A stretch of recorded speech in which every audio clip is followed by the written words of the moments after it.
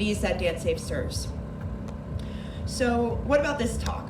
We're going to talk about consent, sex, and drugs, but like for real. And I say this because we had Just Say No to Sex and we had Just Say No to Drugs. And for some reason we thought it would be also a good idea to say Just Say No to Sex on Drugs. And then we took that a little further and we're like, okay, well, like, just say no to sex on drugs that's not pre-negotiated when you're sober.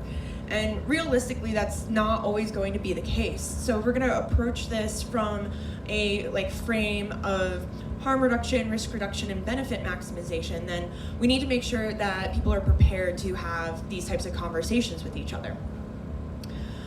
And with that, I also just want to name a disclaimer at the beginning of this talk that this is about ethical consent, not legal consent. Each state has its own legal definition of consent, and there is no federal definition. If you have questions about that, you should check with your local jurisdiction. Also noting that this is an incredibly big and complex topic, and the purpose of this presentation is to start the conversation. You can find more information about this at dancesafe.org/weloveconsent.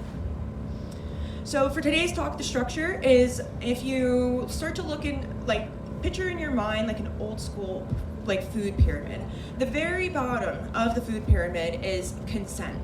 And then in the next layer, there's going to be 2 blocks side by side, and that is going to be consent and drugs, and consent and sex. And at the top of the pyramid is going to be consent, sex, and drugs. So we're going to move through this talk where we're going to be building bit by bit, where we ultimately arrive at discussing consent, sex, and drugs. So to start, we're going to give a brief overview of Consent 101. Many of you may already be familiar with some Consent 101 practices. For the sake of this talk, I'm going to go over this in the context that DanceSafe and We Love Consent, the program, discusses Consent 101. So first and foremost, We Love Consent talks about consent as a way of being.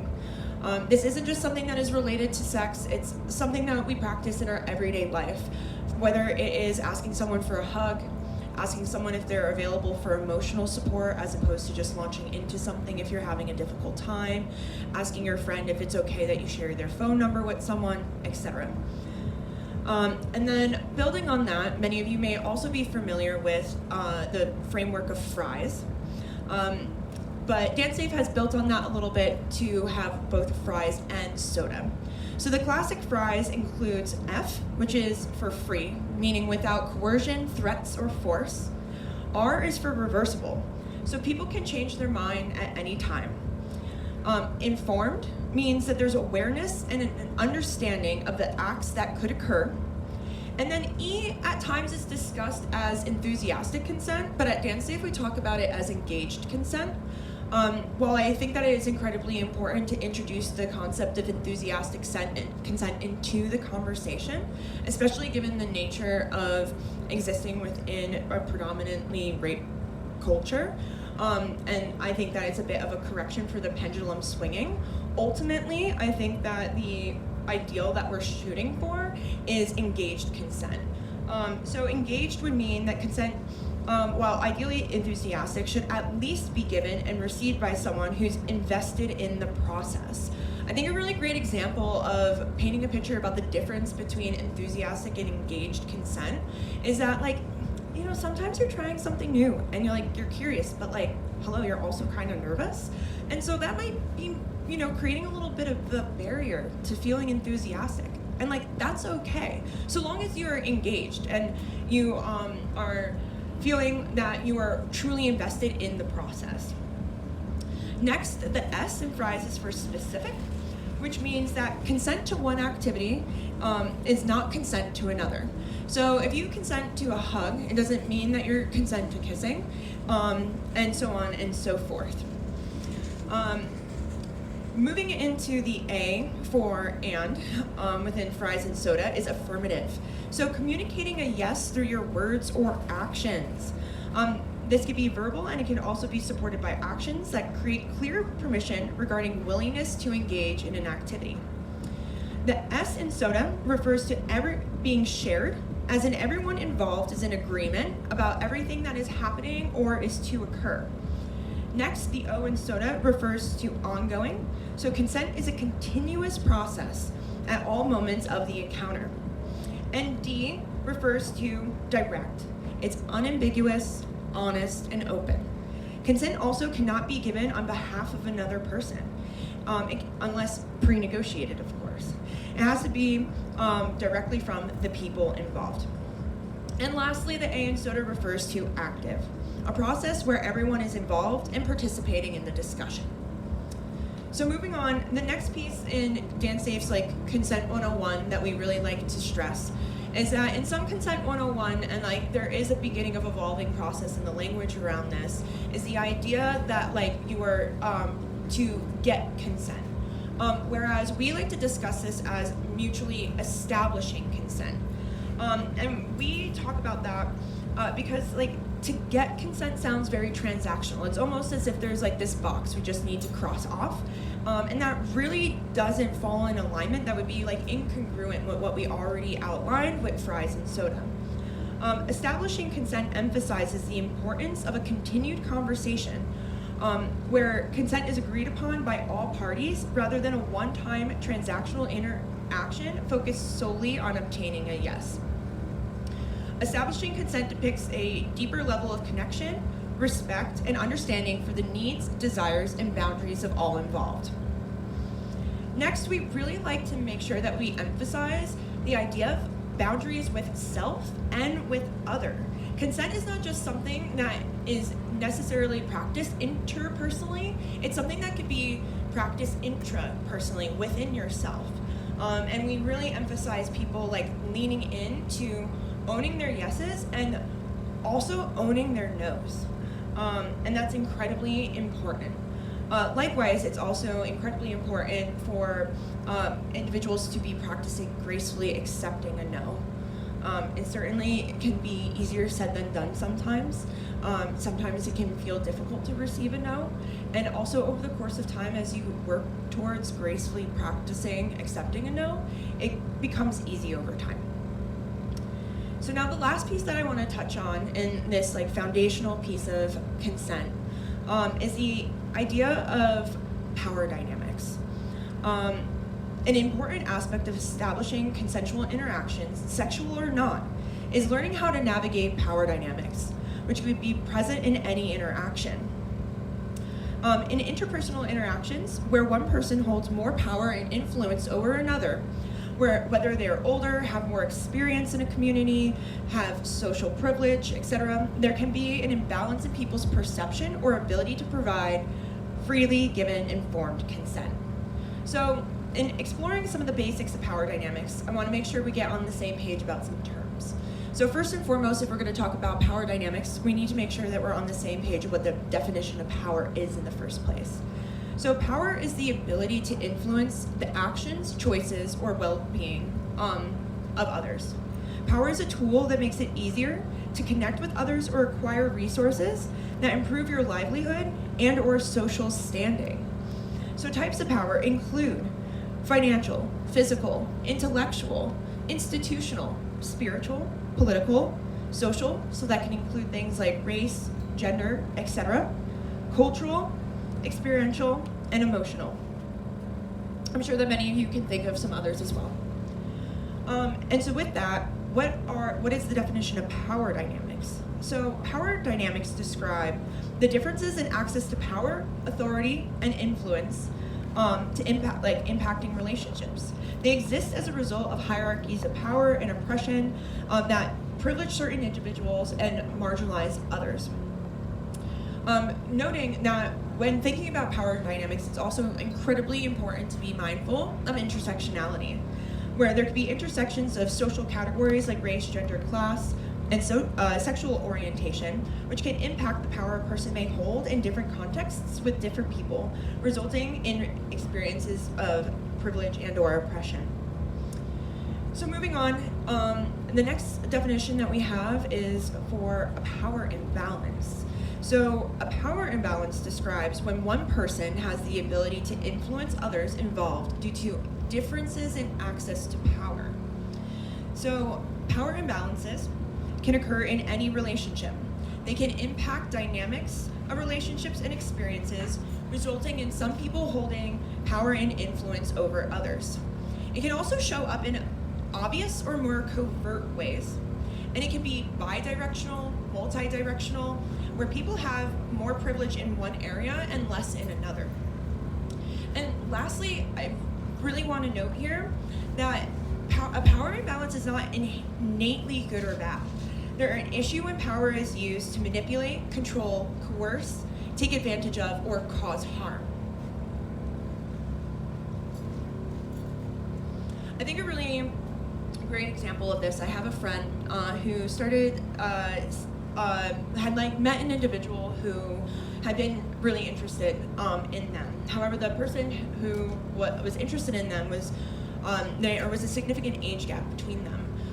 And so when the younger person had approached my friend who is older, my friend that was older had expressed and named what the power differential and some of the influencing factors of that power imbalance that existed between them. And then went through a very lengthy process of not just jumping into things, but making sure that there was an adequate length of discussion that had taken place over the course of time to work towards narrowing the power imbalance, to reduce potential risk or potential harm, and also to maximize some of the benefits of what stepping into a relationship like that could potentially look like.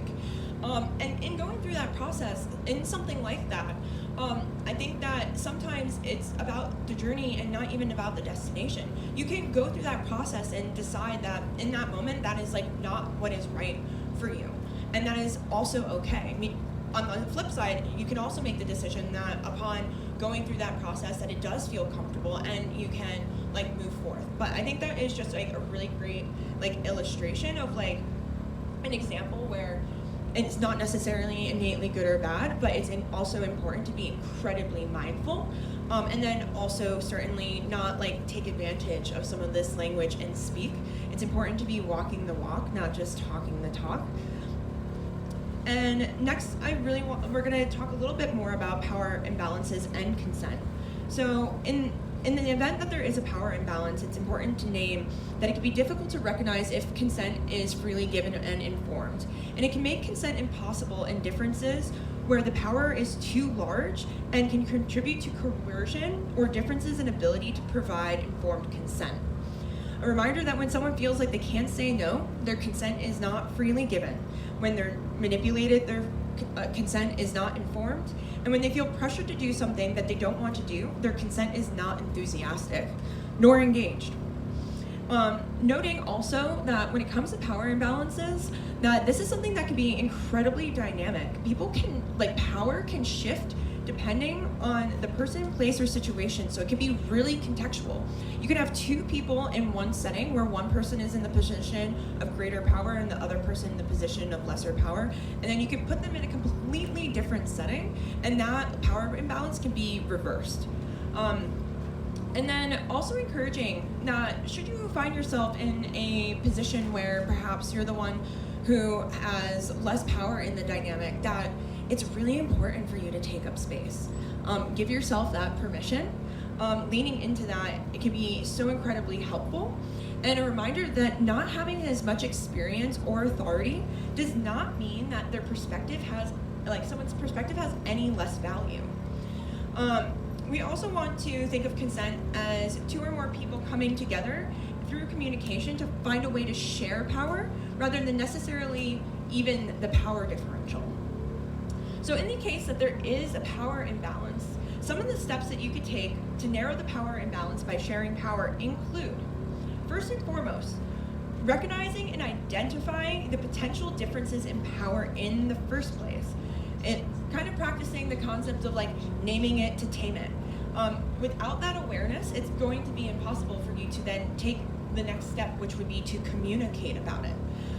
So if you're communicating about it, if you are the person who is in the greater position of power, then you have more responsibility to go the extra mile, like in that example that I provided you earlier. It's also important for all parties involved to be engaging in open and honest communication about intentions, desires, boundaries, emotions, and concerns, as it's key in establishing and maintaining consent. It should be clear that everyone will be heard and can say no at any time. Additionally, it should be established that all parties are willing, informed, and enthusiastically, or at least engaged in consenting to mutually determined activities. Lastly, it's really important to make sure that you're checking in and communicating throughout the encounter to establish and maintain mutual consent. So that includes before, during, and after, as you move through your experience. So with that foundational context laid for consent, we're going to move into consent and drugs, which is actually a topic that I think is incredibly it's not discussed enough.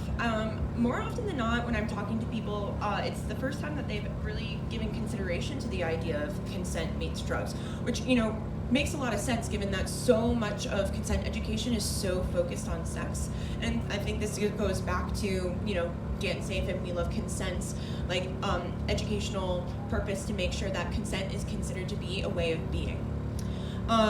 And so with that, I really want to lean into what we named earlier in Fry's the informed part of consent when it comes to drugs. So informed consent applies to anything that impacts the mind, body, or property of a person. This includes taking, giving drugs, engaging in sexual activity, and engaging in sexual activity on drugs. Informed consent with drugs means that everyone knows what they're taking.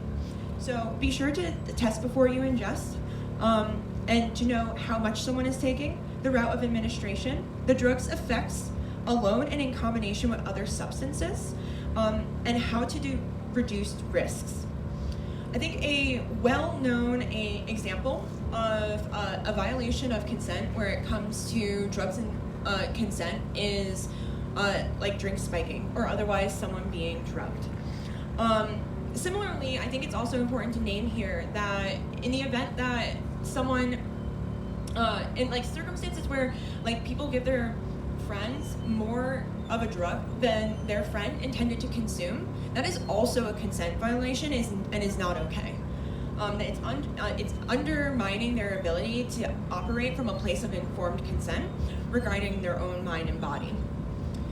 With that, it's important to note what some of the barriers are to consent. So that can include things like alteration in consciousness. It can come from a place of having a lack of information and a variety of other things that can undermine consent. So with that, I think that we can move into starting to talk about power dynamics in drugs, because this is also something that is not discussed enough. And so some examples of ways that power dynamics can show up with drugs include whether someone has access to drugs or doesn't, or if they're a person who has access to drugs versus doesn't, is informed about a drug or doesn't. If someone is familiar with the environment in which you're going to be consuming drugs, but someone else does not. These are all examples that can create power differentials between two individuals or more individuals that are engaging in drug use. And so with that, we can also move into talking about consent, sex, and drugs all together. Can I actually can we edit this audio for a second? Would we be able to do that? Yes. Yeah.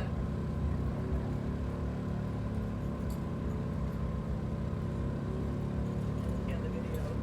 Well, actually, it doesn't have to go off. If it could just be edited, then that would be fine. Yeah, sorry. Yeah, we can edit it and do that. Cool, yeah. Okay, just be clear that you. Yeah, I lost my place in my notes. Thanks.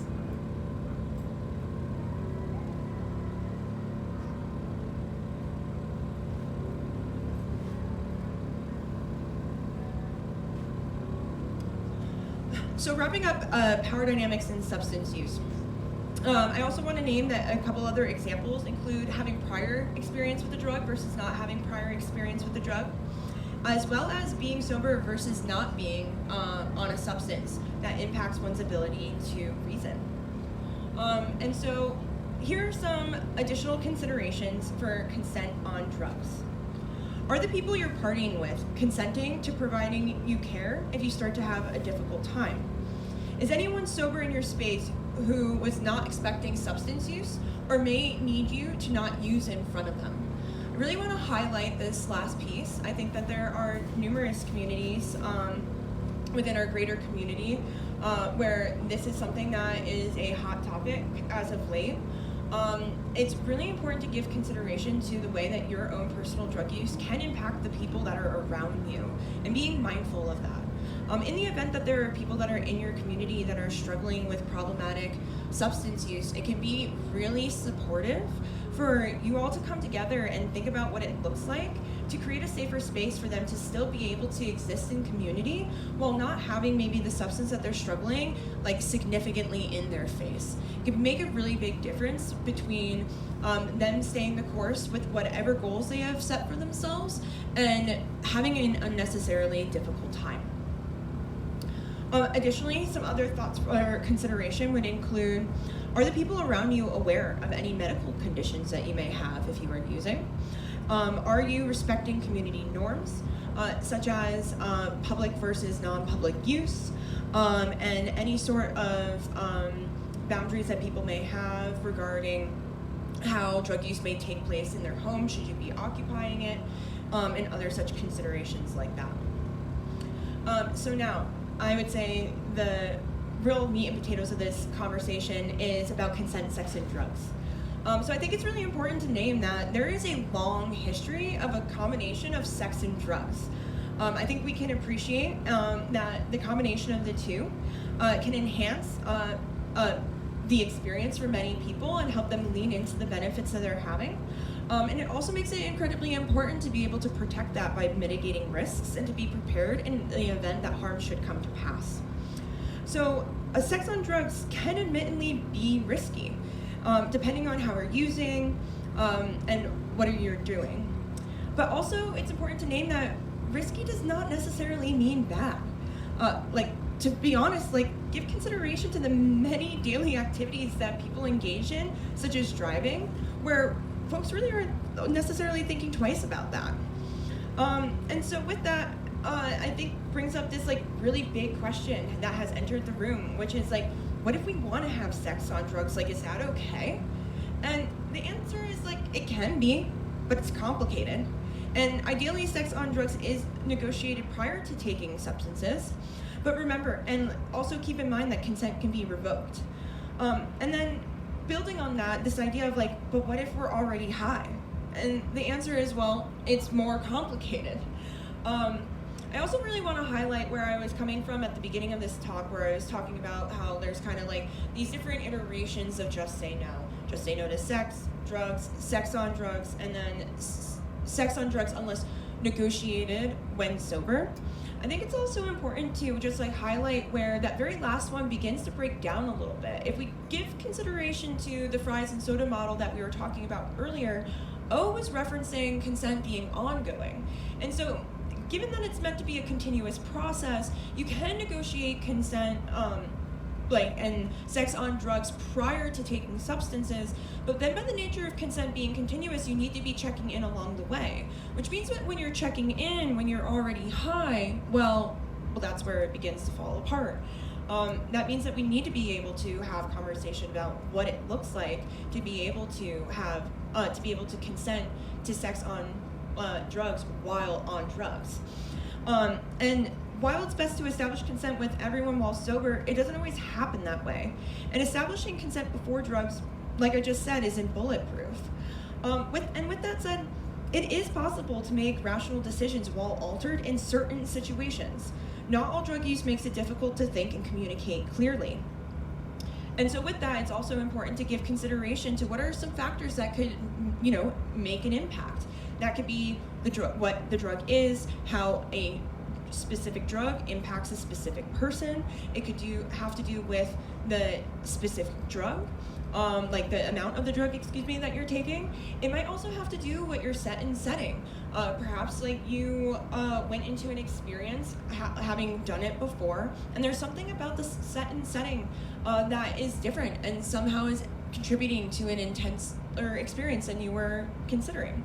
So those are all some things to be looking out for in terms of what may impact the degree of alteration and how that could then later impact one's ability to consent. So with this said, let's move into discussing what some of the benefits are to having sex while altered. And so a couple benefits to name include enhanced pleasure, pain reduction, which I had picked up at a harm reduction conference that I went to many years ago, and I really appreciated this being highlighted. I think it's one of the benefits to sex on drugs that can often be overlooked. There's so many individuals who are struggling with pain levels that can make access to that sort of play really challenging. And so drugs can be really important piece of a puzzle for people to have like a state of like to be able to have sex be part of their lives and to have a like relationship with sex. Another benefit could include spiritual experiences, as well as a sense of emotional closeness and intimacy, relaxation, increased confidence. While giving this talk yesterday, some of the crowd also had tacked on helping people tap into greater vulnerability, which I think ties into this like named sense of closeness. And one of the other benefits that I think is not often given consideration is that sometimes the combination of sex and drugs can be really impactful for people who have previous sexual trauma. Personally, I am one of those people. I am really incredibly grateful for my relationship with drugs that has allowed me to be able to kind of like either dampen my fight or flight response, otherwise relax my nervous system in a way that allowed me to be able to have greater access to my sexuality over the course of time and have that come easier to me over the course of time. And so it's just something I really, of course, is important to me as part of my own journey.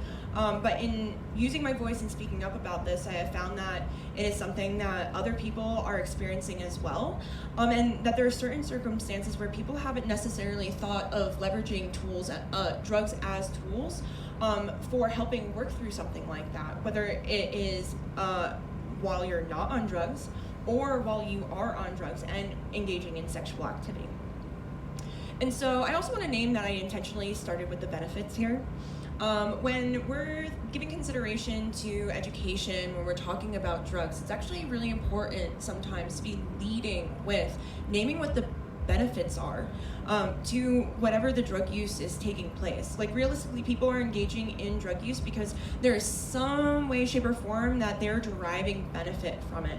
And if, like, for example, if you had friends where you really wanted to make sure that they were educated because you love and care about them and you want them to be okay, it's likely going to land a lot better if you're able to acknowledge what their experience is, what benefits they're deriving, to really be able to meet them where they're at in that, and then open them up to being able to hear what some risk and harm reduction strategies may be, so that they can mitigate something negative coming to pass in the first place, or so that they can be prepared in the event that harm should come to pass.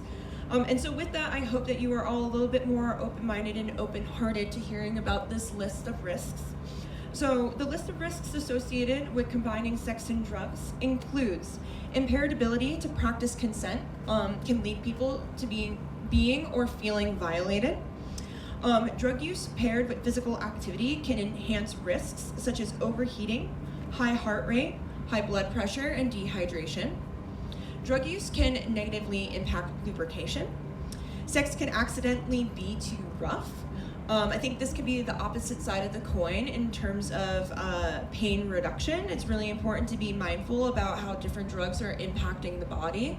And for example, how they may be impacting one's ability to feel pain. This is going to be baseline important, but will become in greater importance if, for example, engaging in something like impact play. And being altered can also make safer sex practices more difficult. I feel like many people can relate to the struggle of trying to get the right side of the condom. It's like somehow you're suddenly like flashed back to being a teenager because you're like in the moment trying to fumble with the thing. And then lastly, drugs can reduce inhibition, which can result in people participating in sexual activity that they wouldn't have consented to while sober. And so with that, that really raises the question of how do we mitigate risks and maximize the benefits to having sex on drugs? So first, a call back to being mindful about power dynamics and power imbalances that may be at play, and taking those steps that I talked about earlier to try to make sure that there is at least a naming to tame situation of a power imbalance, if not an evening of a power imbalance, or perhaps stepping into a recognition that a power imbalance is so great in the moment that it's best to either wait for another time or to not pass go. Also noting once again that there could be an incredibly thin line between being altered but coherent and altered to the point of being of impaired reasoning and thus having an inability to provide consent. If possible, once again, we've already stated this, but it can, to just restate it again, it's great if you can talk about the potential activities while sober first, and further highlighting that this is especially true when doing something new, whether it's having sex with someone for the first time or trying out a new sexual experience for the first time. And with that, regardless of whether you have or have not gotten to have the chance to negotiate while sober, talk about what drugs and sexual acts will be done, how much, when, in what way, and their physical and emotional impacts, as well as limits and boundaries and risk reduction strategies, as well as harm reduction strategies should things go awry. Note, if you are not sober and you're finding it difficult to hit all these points, that might be your cue that it may be wise to wait until you're a little bit more sober, like less intoxicated, or you're fully sober. I hope that you can appreciate that I didn't just say put it on pause, like just do not pass go, and made the offer that like it doesn't have to be like it's not going to happen at all, but it can be like taking a pause and like just waiting a little bit to create that space to be able to have that more robust conversation to be able to mitigate some of these risks. It's also like this, I think this part I like cannot understand. I really want to emphasize that if everyone is not prepared to enhance safety and repair potential harm, it's not worth it to take the risk. And this is something that like goes both ways. So if you were like, if two people are again mutually establishing consent, right? It's not just one person's getting consent from another person. It's important that between y'all you have some sort of plan in place for like, okay, like we're consenting in this moment, but like what if a feeling violated comes up later? Like having a feeling of being violated is valid, but it's also not the same as being violated. And that's an important distinction to make. And I think that also goes back to the importance of people being able to own their yeses and especially own their nos, as well as folks being able to gracefully accept a no and really laying out the red carpet for someone to be able to say no. And having that type of dynamic between parties really helps one another be able to trust the yeses and trust the nos. If you're having like a gut feeling that you can't trust someone's like yeses and nos, like that might also be another cue to wait until later. Similarly, between the two or more parties, you should be able to discuss like what is your game plan should harm come to pass. And I think that also ties into an idea that I'm going to touch on later regarding aftercare. So we'll cover that in a little bit. Next, it's important, as I named earlier, to be aware of the intersection between sex and drugs. And to add on to that, making sure that it's explicitly agreed upon about how sex and drugs are going to be combined. So for example, if you want to take MDMA and your partner or partners only want to play with sober people, you'll need to forego your role, or you'll need to forego sex with your partners. Lastly, as if we haven't already emphasized this enough, it's important to be using clear communication.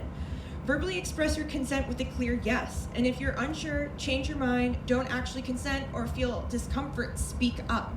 Be clear and specific about what is and isn't working and what would make you feel more comfortable. Next, you should be aware of your limits and pace yourself. Make sure that your partners know what you took and how much, and if you feel as though uncomfortable or that you are too high or drunk to fully understand the situation, feel confused at all, you can stop what you're doing and take a moment to recenter yourself and get in a position to be more comfortable, leave, take a break, etc. With that, kind of leaning into the same idea that is often expressed regarding drugs is sometimes also like start low, go slow. You can always add more to the mix, but it can be harder to like run into an experience of intensity too soon. That could just be a more difficult emotional experience. So sometimes starting low and going slow and easing into things can be really helpful.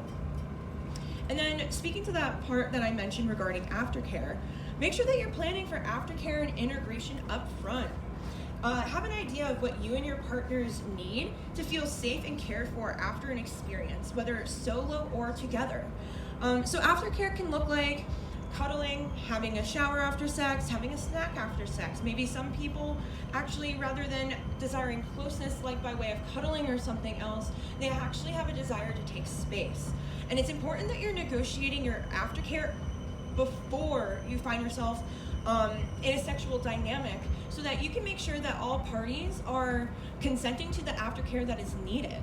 And similarly, if you have needs around aftercare, you're going to want to make sure that someone's able to meet those needs. If you're not pre-negotiating that ahead of time, it really sets up folks to feel dropped. And that can go from having like a really great experience to suddenly having a really awful experience. So I really encourage people to negotiate their aftercare up front. Going back again to the fries model, and fries and soda, and the O and soda being ongoing, there being continuous consent is already incredibly important, period. But this is especially important when it comes to having sex on drugs. And make sure that you are reestablishing consent along the way, checking in with your partners, make sure that you're speaking up.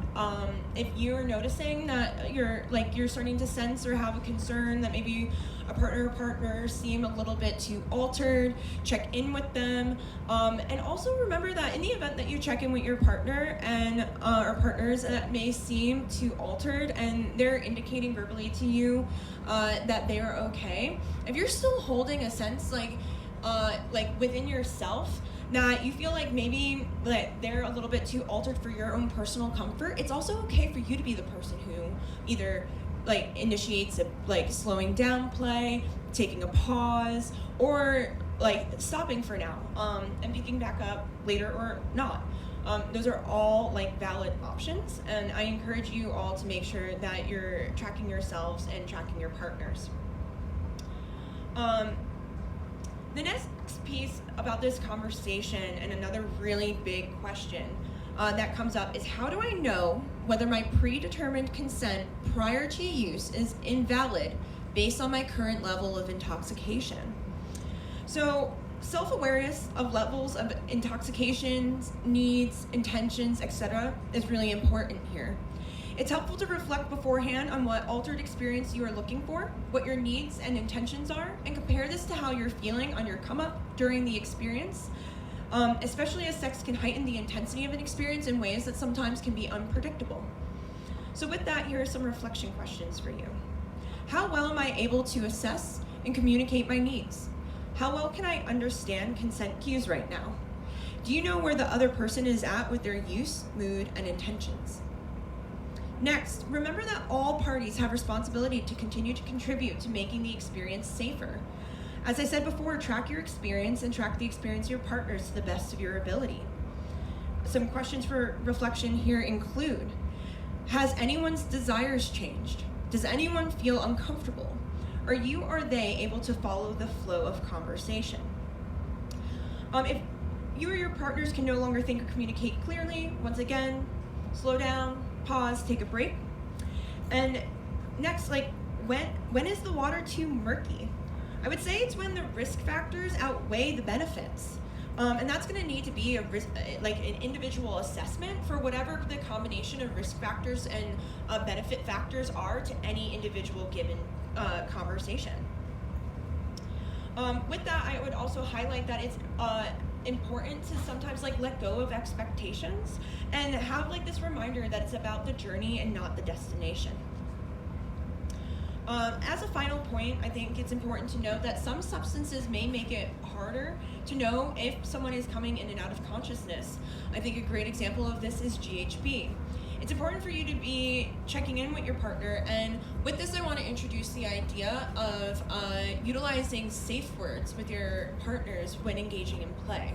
If you're not already familiar with the concept of safe words, they're either one or a few couple word phrases that you can say in the heat of a moment. In some circumstances, it can be hard to like find your words depending on the type of play that you're engaging in. Stop doesn't always mean stop.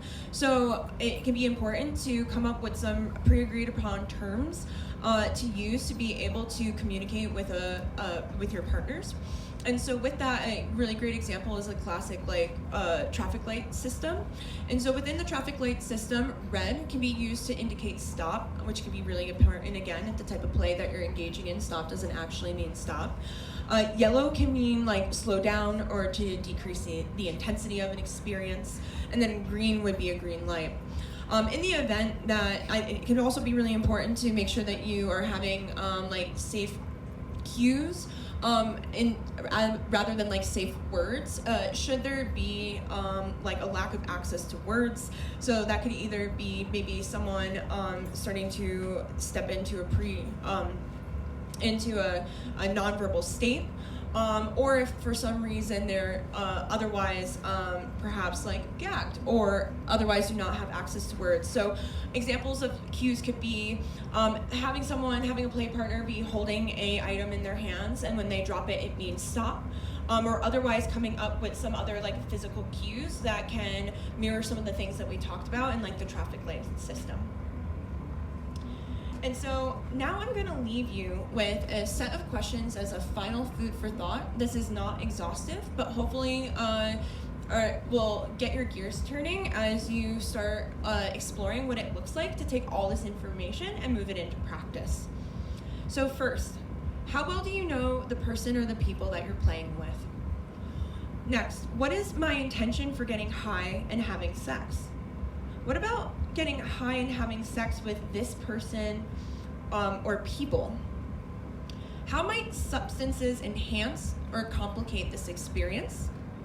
How would the person/people involved if we talked about what happened once we were sober?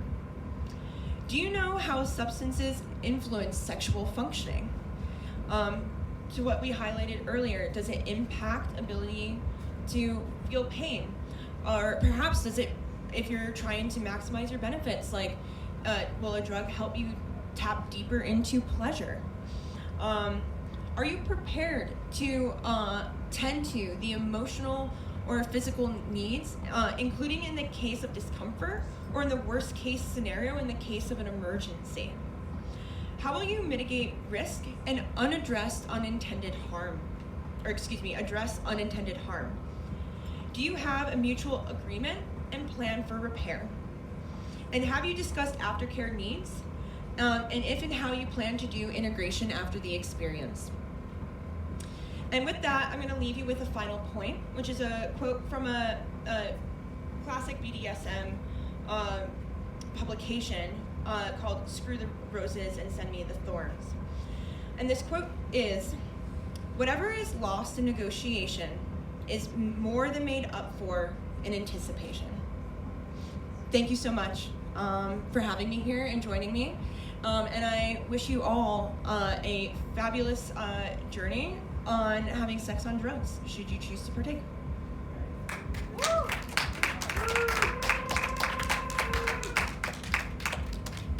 Are you taking questions? Yeah? Yeah? Questions? I really like your pamphlet on "So you fucked up and you want to make things right. What now?" Yeah. It's great.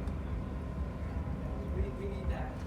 So we really need this other pamphlet entitled "So You Fucked Up and Want to Make Things Right, What Now?" which is great, and it has this awesome flowchart on the back. So here's my question. This was a question that somebody asked me recently, and this seems like a really great resource for the person who asked me the question, so I'm going to pass it along. The question was, I was having sex, this person said, with somebody, and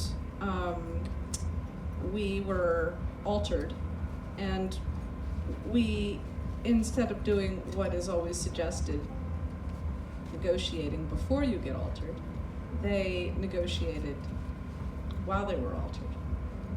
And then after the sexual encounter, one party felt that they were coerced.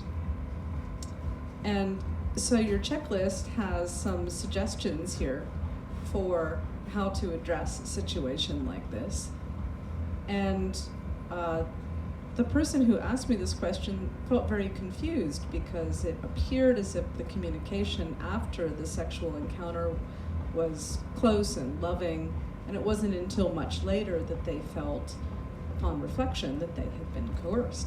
So in a situation like that, how do you suggest people address a process of repair?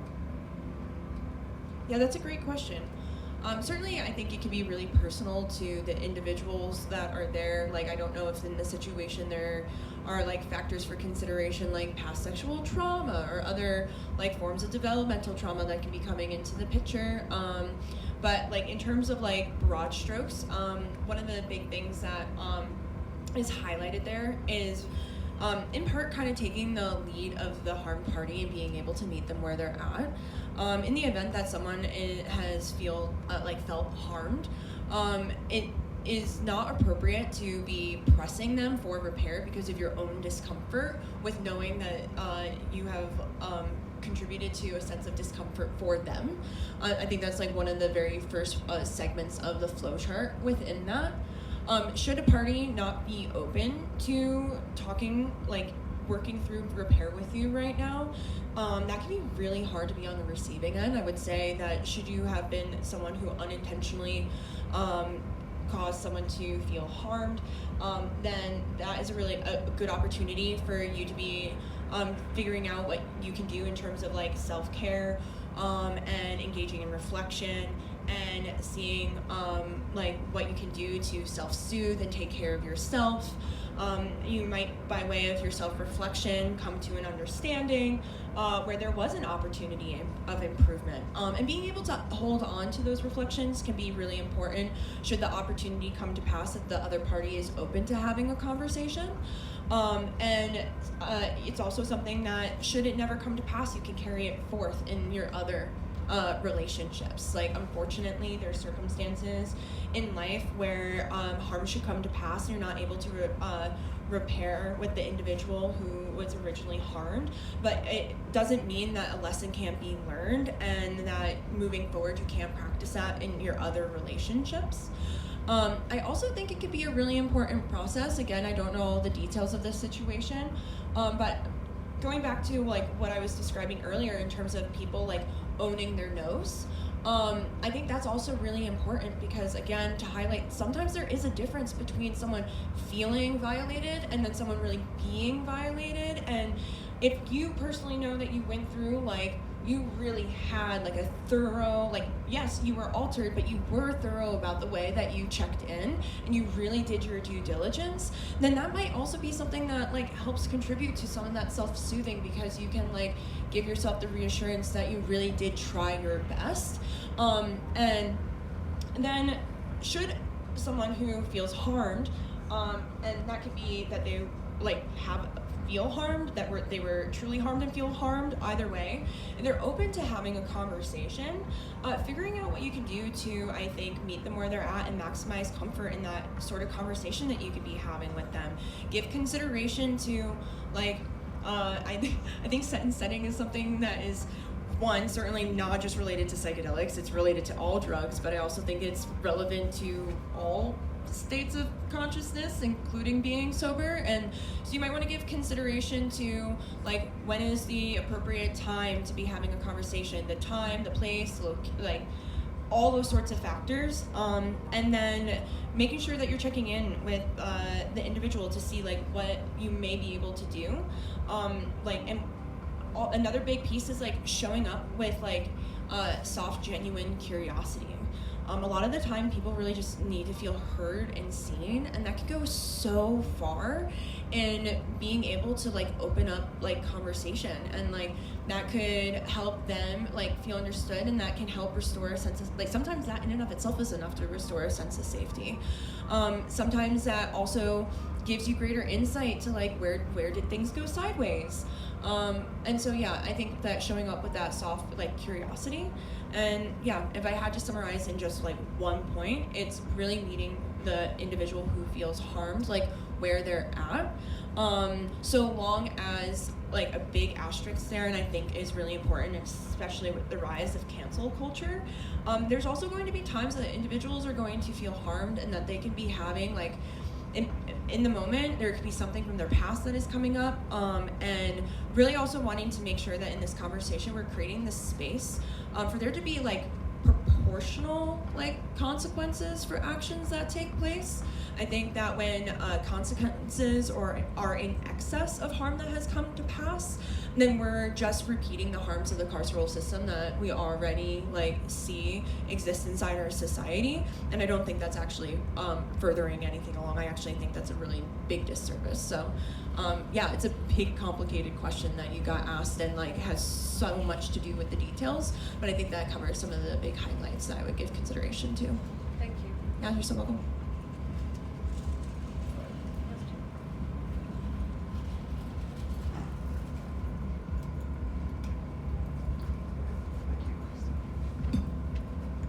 Thank you so much, Kristen from Dance Safe, helping us learn about our fuck yeses and nos.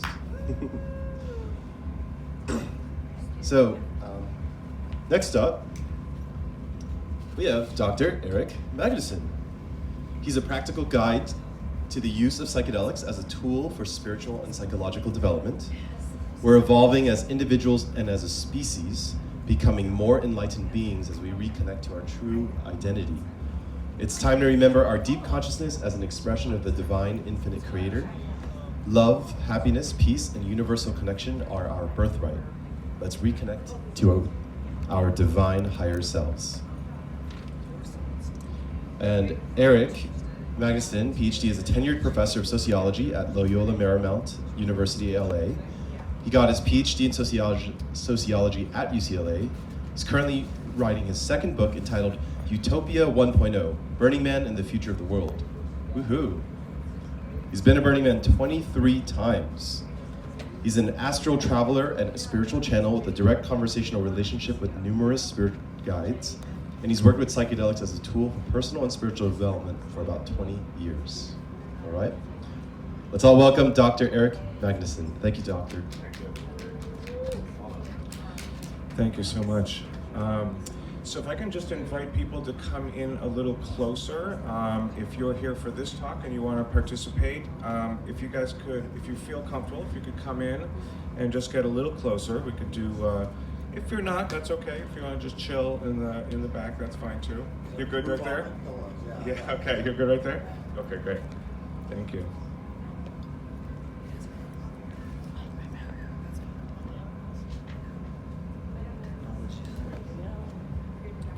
Just gonna take